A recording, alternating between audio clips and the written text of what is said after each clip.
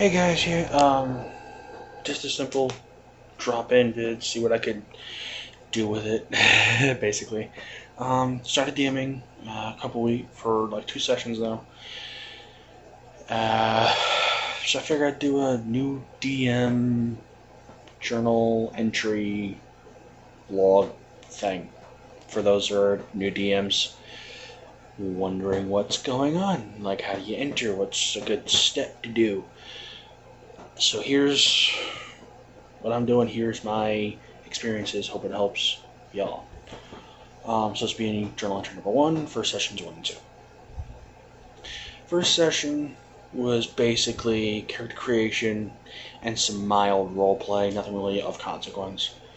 They got a couple extra things I wanted to get them before anything really popped off. And it was just very easy to go kind of, not so much railroad, but kind of like point them toward a mutual meeting point. Didn't really reveal too much off the end. I treated it basically like a pilot about 2 people, because there's only 2 people in the party. And kind of writing it on the fly, kind of improvising the whole thing. So, I can't remember it. So yeah, that's basically how I treated it, and that's really what helped me a lot. It was fun because I had a town set up already, so it was a full-fledged town. So it's like I gave them the option of like, do you want to journey through the road, the mountain, or the docks? 3 options to get in. 3 different things were going off.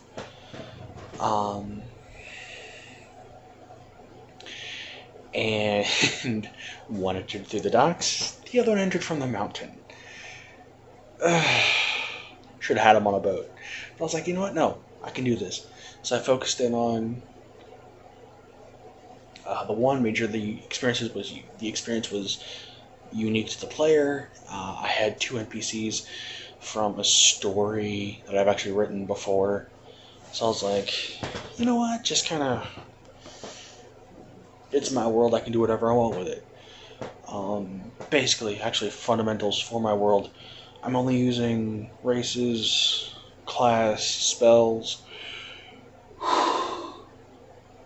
and basically the system of D&D 5th edition for the thing. Everything else, cosmology-wise, is just put that over here. I'll study it and I'll take care of it later. But for my world, everything's on the table. If there's, for NPCs in my world, basically, I gave myself the freedom to be like, okay, you know what? I'm going to have a paladin that is for, like, Odin or Thor, whatever, and just have it be that. I have an Assassin's Guild that's led by Hela, that's worshiping the goddess of death, Hela, because whatever.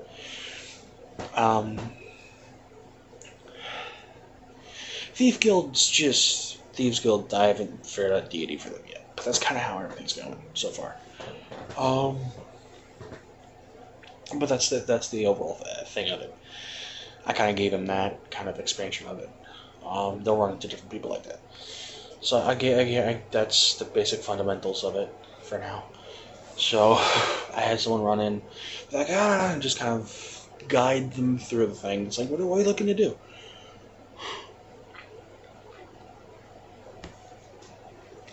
As opposed to having them kind of like, well, what's in the town? What's this?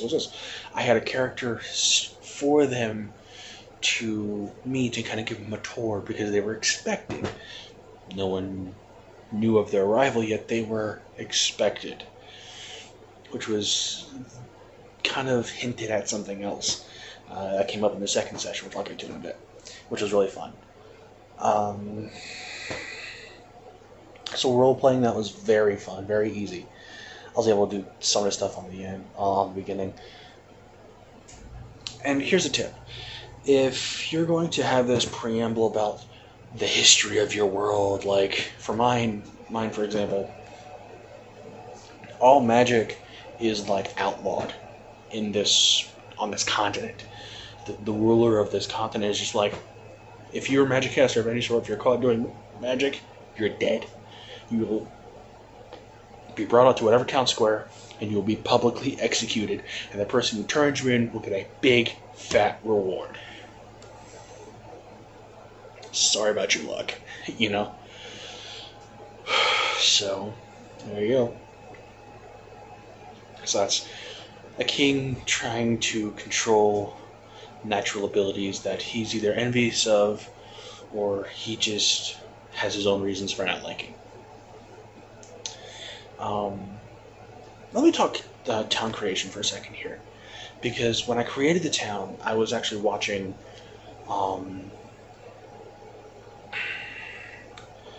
Adventuring Academy with the interview with Matt Mercer. They were talking about setting up this world, not the world, setting up the world of itself, the theme, the setting, creating the setting of your campaign. I was like, okay, I was listening to this. I was like, some of it was starting to click, some of it was starting to kind of get in there. I love the anecdotes; those are fun. But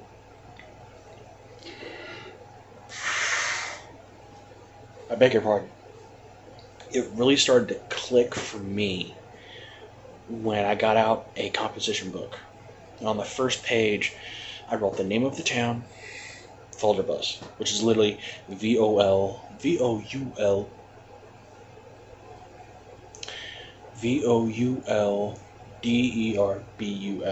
all one word. Took me a second because I'm not actually looking at it. Wrote that on top. I was like, what's a good sounding name? Volder,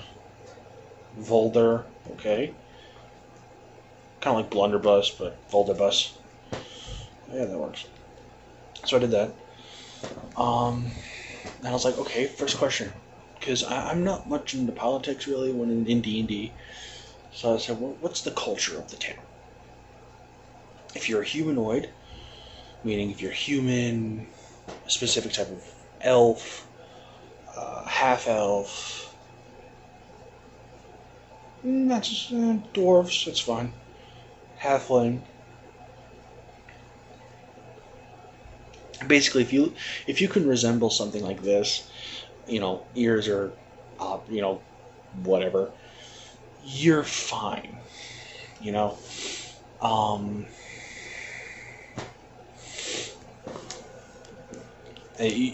pass fine. But half orc, dragonborn, tiefling, goblins, kobolds, anything else that doesn't look humanoid, like 10 fingers, 10 toes, pale skin, you can grow facial hair like that, you're like lesser than. So it's like everyone else, it's like there's the humanoids, and then there's 50 feet of shit, and then there's you. So Tritons and stuff, you gotta make a living some other way. There are a few exceptions that have broken through there and that have been accepted. Like there's a tabaxi that runs basically a smithing shop, essentially. So I was like, okay, that's fine. But it's just, that's the type of thing. Then I was like, okay, what's in this town? I broke down the shops and all the major buildings I wanted to put in there. How does this place get its money? Like, what kind of revenue does it have? Just started asking myself questions about the town.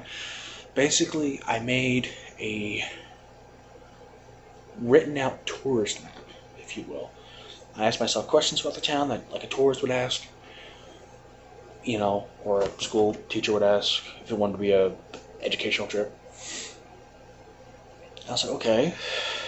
I wrote those out. Then I got specific with geological stuff. I started thinking about it, and I was like, how do I explain this to my players? I said, okay, the mountain is 10 or so miles to this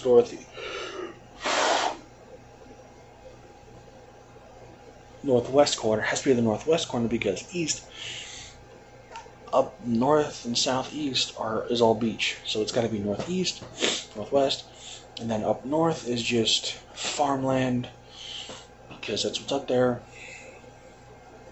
Now that gets wider. But there's some woods here. There's the docks towards the southeast.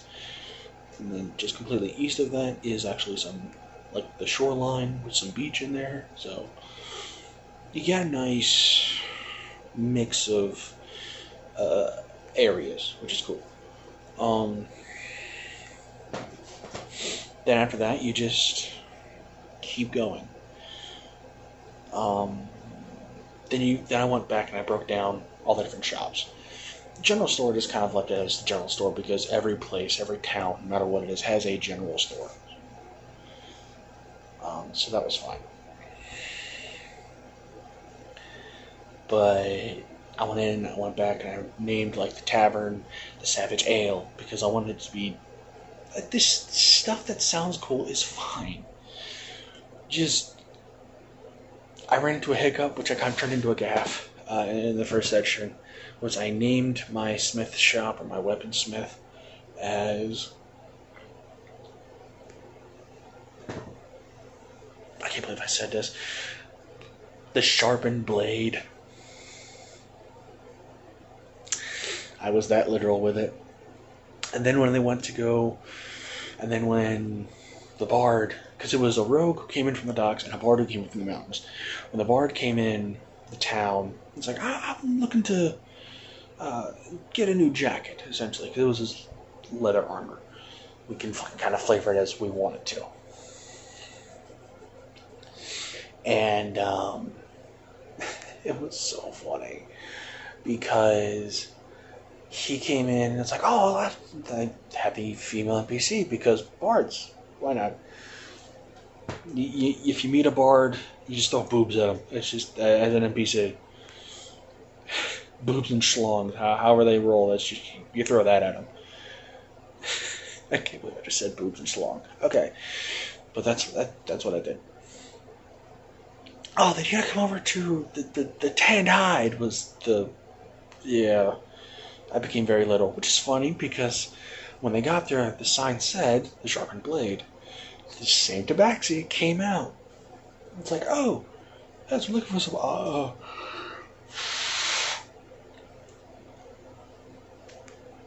Forgive me. So I'm looking for some armor. It's like, oh, 1 second. He went back inside, pulled a lever by the door. The sign was a log. It rolled and said the tanned hide on the other side. It was hilarious. My players had a fun time laughing at it, which is great. So that was session 1, essentially. They came in, had some fun. But one thing that I actually got immediate response from was if you have a PC that's like just talking like the most shit, do not be afraid to be like, because I have this level thing for the tavern. There's the ground floor, then there's first floor, second, third, ground floor, which is the tavern, like bar area. Then it's first, second, and third floor of rooms. First floor, nicest floor, nice, all this beautiful stuff. Second, about your average motel. And then you might as well be sleeping. The streets would have more comforting thing for the third floor, but you pay to stay there, which is great. So, yeah. So, the guy was talking so much mess to the barkeep. Not just the barkeep, but the owner of the bar. And I was like, you're staying on the third floor. It's like, okay. And I made sure to make it a point where it's like, the barkeep put her hand up, talked to the rogue. It's like, yours is a much nicer room. You know. Not so much it actually to put salt in the wound or whatever. But when we got to it, I made sure, and you have to, like, if the picture in your mind is the words you have to use to kind of get it out. So what I said was this. I said, because Malthor is the rogue's name, Malthor. I said, Malthor, your room is plush, 7-star rating. You got the silk bed curtains. You got plush room, just everything. You have shag carpet. It's beautiful. You know, the vanity is like right by the bed. It is just, you have golden like faucet turners, whatever, faucets, everything else. It's a beautiful, beautiful room. If this room were a person, you'd want to fuck it, but you'd have to pay 1,000 gold. That's about what it is. He's used to a very posh life as a background of a noble. for the bard, I said, your room is quite different. Your room on the 3rd floor, Mr. 3rd floor, is a mat, a pillow, and for some reason a very sticky floor. It's like, first question out of his mouth, do I have a candle? I said, yes, you have a candle that's about 1/4 of an inch tall, with a wick that's even shorter. The guy who got the really, Malathor, got a really plush room. He just started laughing. He goes, I love it when there's consequences. Because it's just, to keep that flowing, for me, it makes it fun. To just kind of like, you give me shit, I will make your player, your PC miserable.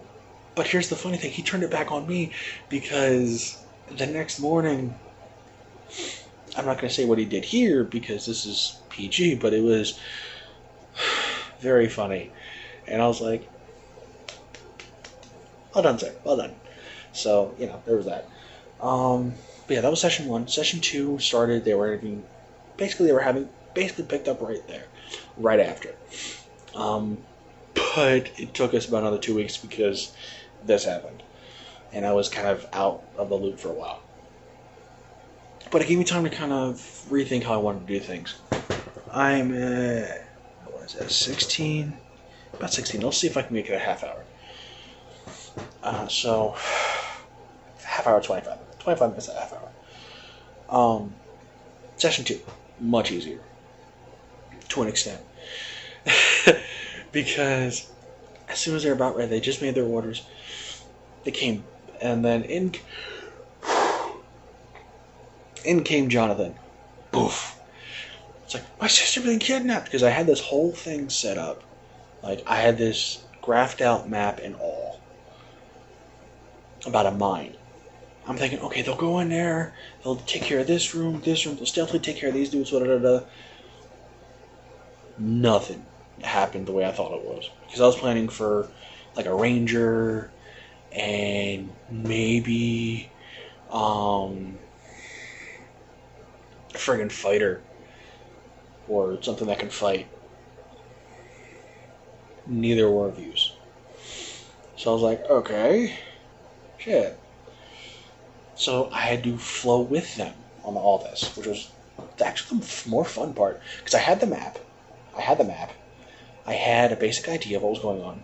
I had the NPC go outside and basically clean up the stealth killings that happened before. That way the NPC wouldn't fuck anything up for them. They would succeed or fail on their own, which turned out so great. Because they killed like 8 goblins and kobolds without rolling initiative once. And I was like,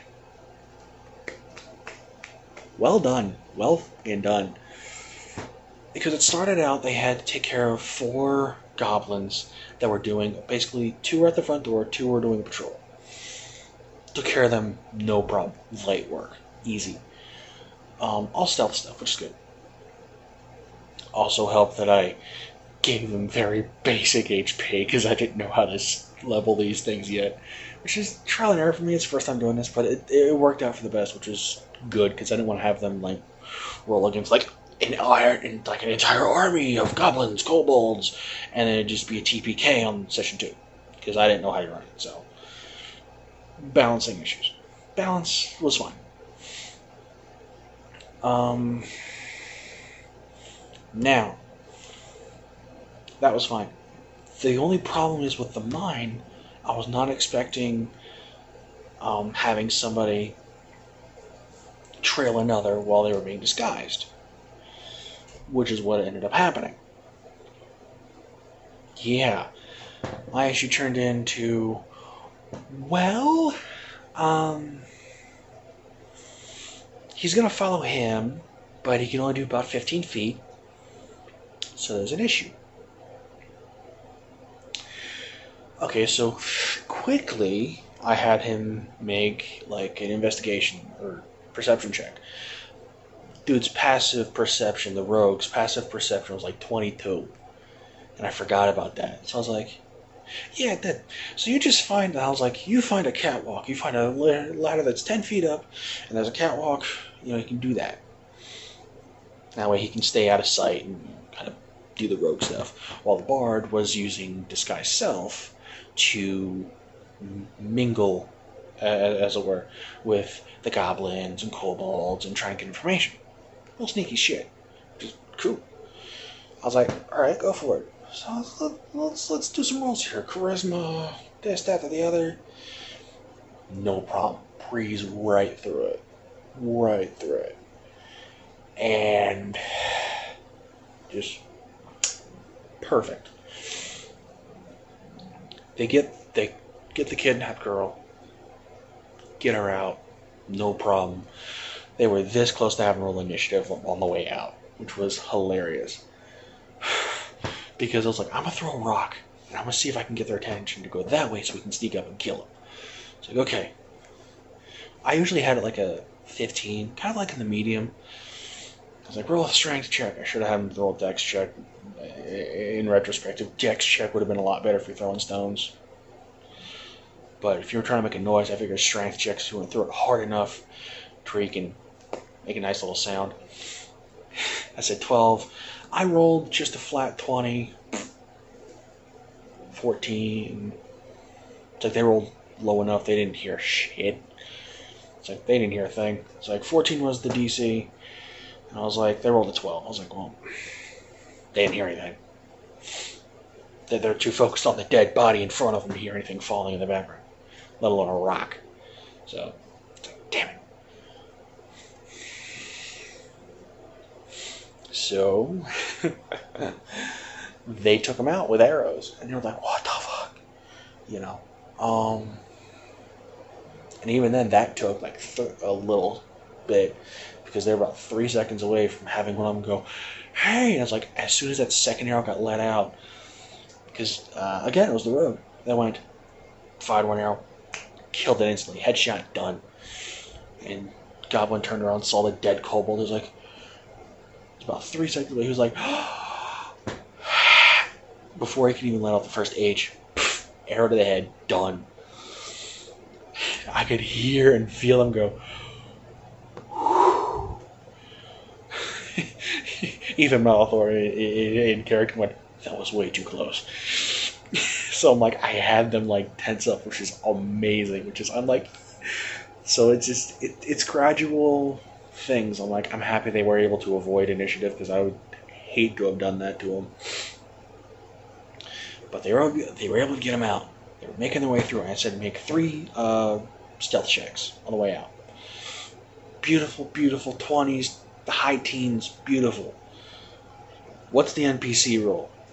13, which plus about 2. Okay, so 15, easy enough. 6, they covered it. I was trying to give as much leeway as possible to get out. Nat 1. I told him, like, you guys are going to hate me. I told him the exact numbers. I was like, in order, 15, 6, Nat 1. As soon as I said Nat 1, they're like, shit. It's like, it's not my fault, dude. It's literally how the die roll. I was like, okay. Well, here's what you do. It's like, I told Malfoy, it's like, you hear every foot stop moving. He's like, well, no time like the present.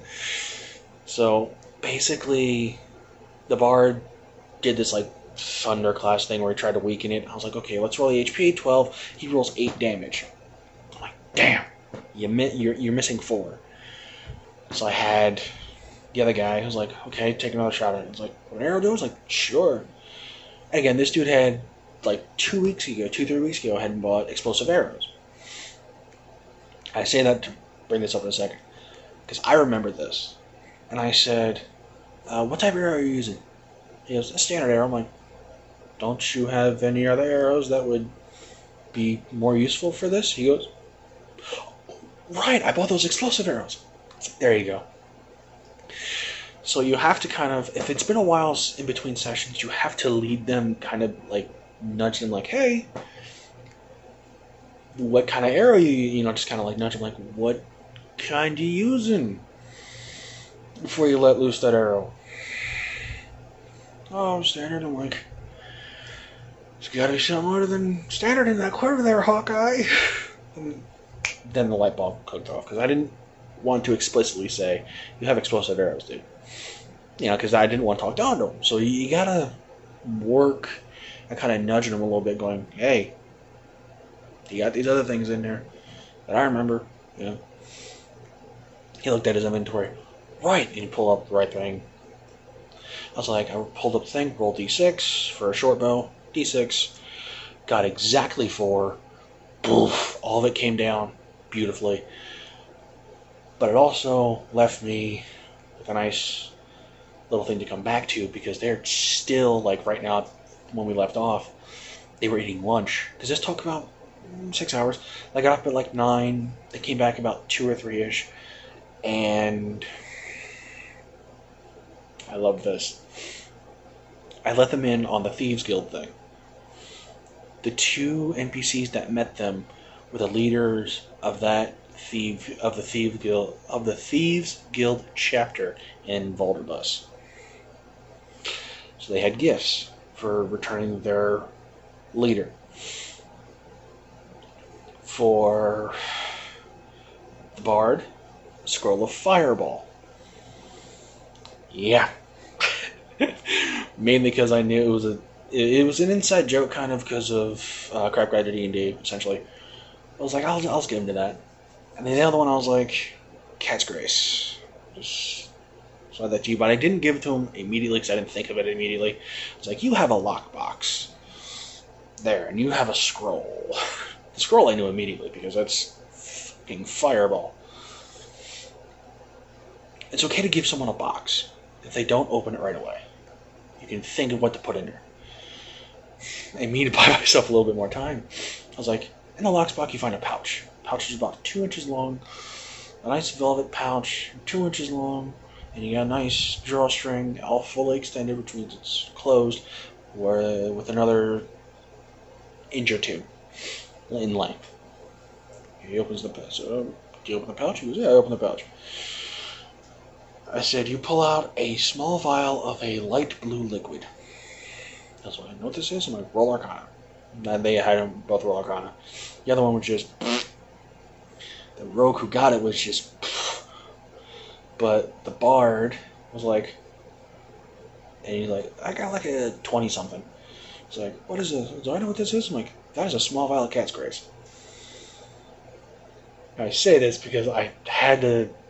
couple seconds here. I don't really know how Cat's Grace works, and I'll probably edit it, when I get back in here. I'm like, hey, I said 2 hours, so I'll look into it a bit more, but I just said 2 hours off the top of my head.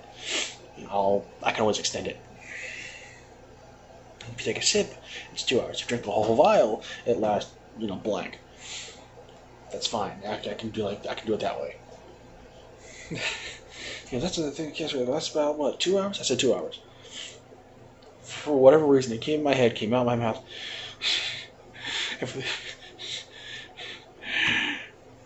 If Cat's Grace lasts longer than 4 hours, you need to consult your alchemist. He goes, the guy who gave it to me goes, you son of a bitch.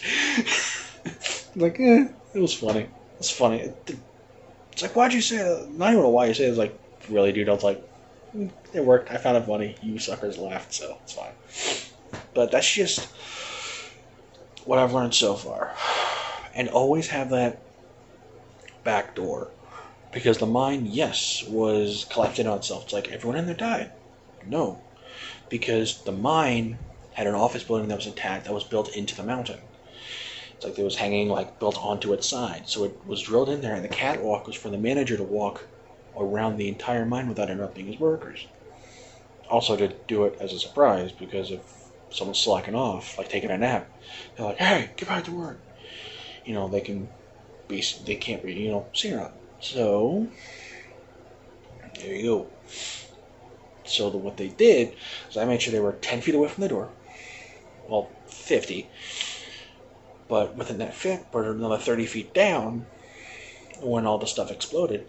Now, the 30 feet was the manager's office, essentially, the manager's entrance to the catwalk. So there's still a way out for those goblins if they want to come to town and wreck shop. There's still a way to do that. I might do that like the next day. Like some next day stuff. Or I'm gonna come back and like towards the end, like middle of the night. Just start breaking glass and stuff. So that could be fun. But yeah, because there's a whole lot of treasure in there that I could go and look for. There was a scroll of finger, scroll. I was gonna say finger of death, but I think that would make more sense if it was clairvoyance. For the for what was stolen from the Thieves Guild by a trader who was actually dealt with. So that was just a little loose end. Stuff like that, just it's always there. If this seemed like rambling, I apologize. I'll probably make another couple of these breaking down my process and kind of showing you what I did. But yeah, that'll be it for this journal-ish entry, I guess. Until then, see you guys next time. Peace.